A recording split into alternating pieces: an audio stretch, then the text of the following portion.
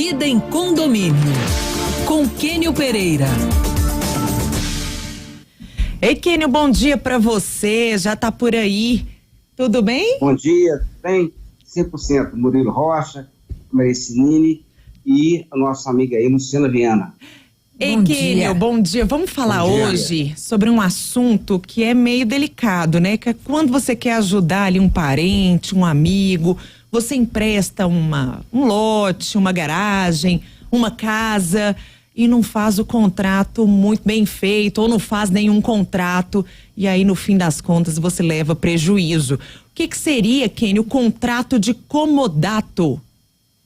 O contrato de comodato, né? Geralmente ele é gratuito. Porque o comodante, o dono do imóvel, ele cede aquele imóvel para uma pessoa durante certo período, de maneira gratuita, geralmente, né? O fato interessante é que esse contrato de comodato, que é o empréstimo, ele tem que ser firmado de maneira técnica, de forma que haja um prazo, até quando vai ser feito esse empréstimo, quais são as condições, se o comodatário que está ocupando o imóvel irá pagar o IPTU, a cota de condomínio, enfim.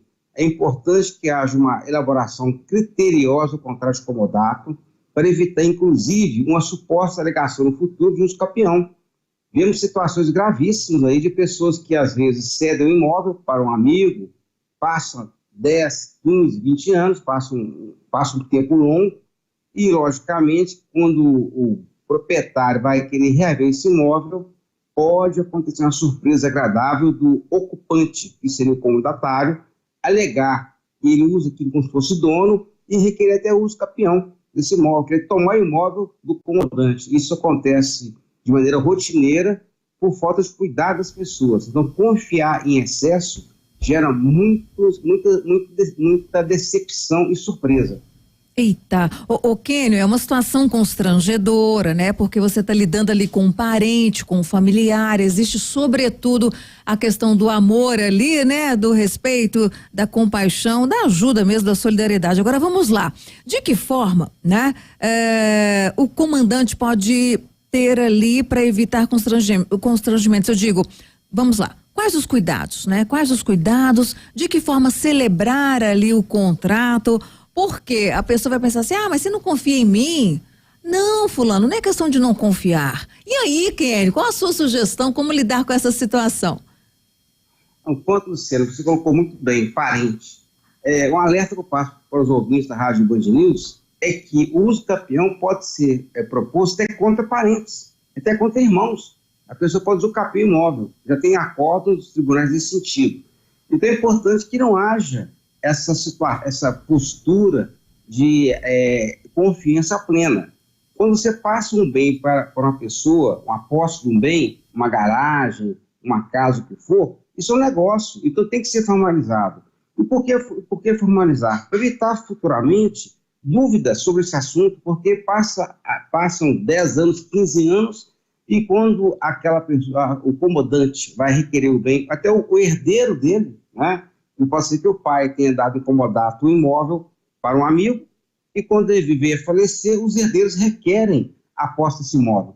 Então, nesse caso, Luciano, o ideal é que haja uma postura mais técnica, né, que antes de ceder a posse, contrate um advogado explicando por quê. É para evitar depois dúvidas sobre esse assunto, quais seriam as obrigações do comodatário em relação a exercer aquela posse, em função da situação também, que eu falo da conservação do bem, porque o bem vai se deteriorando. Então, quem vai cuidar desse bem? Quais são as obrigações? Então, eu acho que é importante que haja tudo feito por escrito, de maneira técnica, para evitar constrangimento. Então, esse detalhe de confiar em excesso não vale a pena. É lamentável a quantidade de pessoas que têm surpresa quando vai requerer a devolução do bem. Outro detalhe para eu frisar aqui, o próprio comodatário, ele pode vir a falecer. Então, como é que fica essa posse posterior? Por isso, fazer por escrito é bom, evitar dúvidas e evitar, inclusive, um certo constrangimento no final. Eu acho que é melhor amarelar na hora de fazer o comodato do que depois. Kênio, bom dia, Murilo. Kênio, queria falar, porque acho que todo mundo já viveu, conhece alguém que aconteceu isso, né? Emprestou um imóvel ali, até às vezes a pessoa pagava aluguel, mas não tinha contrato nenhum. Era uma coisa, né, verbal ali, mesmo um aluguel verbal. E aí na hora de falar que queria o apartamento, dá esse problema, né? Então o ideal é ter um prazo de vencimento, mesmo que se renove de ano em ano, enfim, mas ter um prazo sempre, mesmo por mais informal que seja, mas que tenha um contrato que fale, ó, de 6 em 6 meses ou de ano em ano, nós vamos ter que validar aqui para poder renovar ou não, né? Esse é o ideal, mesmo quando seja um amigo, um parente. Murilo, com certeza, colocar um prazo é interessante, porque o prazo coloca lá um ponto de exigir uma conversa posterior, né? Que faça por 1, 2 anos, que for 3 anos. Um detalhe, se há uma disposição de dar incomodado, a pessoa quer ajudar. Então, por que não colocar um prazo para que ela possa depois rever aquilo? E nós sabemos que a vida é dinâmica. Pode surgir outras circunstâncias no futuro que eu preciso do imóvel para vender para um amigo meu, ou para vender para terceiros, para ajudar meu filho. Pode acontecer uma situação de eu ter necessidade de até ocupar aquele imóvel. Então, na prática, é ideal colocar um prazo. Agora, nada impede que esse prazo seja prorrogado, ou seja, renovado, de maneira que evite, repito, uma dúvida até quando vai ocorrer o comodato. É comum colocar até o prazo, às vezes, indeterminado, até quando a pessoa precisar. Mas nesse ponto, o ideal é que o advogado vai analisar o caso concreto, vai colocar até normas no contrato, até mesmo a questão da notificação prévia, determinando quando irá encerrar aquele comodato.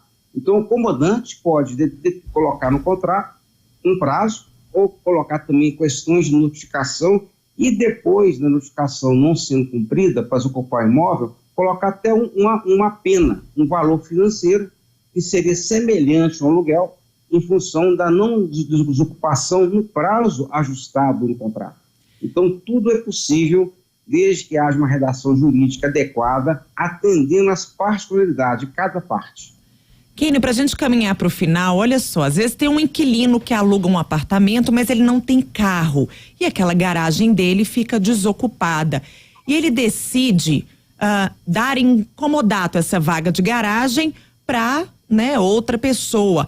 Ele pode fazer isso mesmo sendo inquilino, realugar, terceirizar aquela garagem?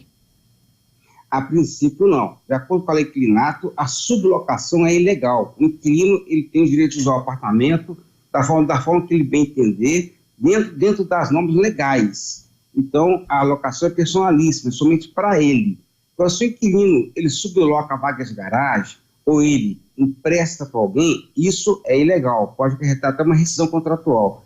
Agora, a grande dor de cabeça que já vi acontecer é o inquilino, gente boa, né, que ela aluga apartamento, não tem carro, empresta para o vizinho. E depois, quando ele vai desocupar o imóvel, comunica imobiliário, faz vistoria, o ocupante nunca sai da vaga. Isso acaba o inquilino ficando vinculado na locação, tendo que manter o pagamento do aluguel até que ele entrega o imóvel completamente desocupado. Então, quando ele desocupa o apartamento, ele também tem que entregar desocupado a vaga de garagem. E já vi situação muito triste do inquilino, do fiador do inquilino ficar assim, vinculado ao contrato, porque a vaga não era desocupada por aquela pessoa a qual ele beneficiou com o comodato. Então é importante que o inquilino evite, ao emprestar o imóvel que não é dele, porque ele pode atrair para si um dever futuro e que pode gerar ônus em função da não desocupação dessa vaga no tempo adequado, conforme o prazo contratual da locação.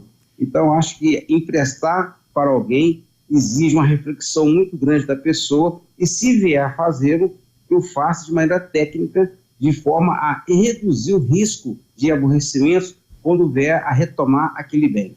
É isso, Kênio. Amigos, parentes, negócios, imóveis à parte. Valeu, Kênio. Obrigadíssima pela sua participação hoje. Kênio, que é o nosso colunista, também diretor regional de Minas Gerais da Associação Brasileira de Advogados do Mercado Imobiliário. Até terça que vem ao vivo conosco. Kênio, boa semana para você.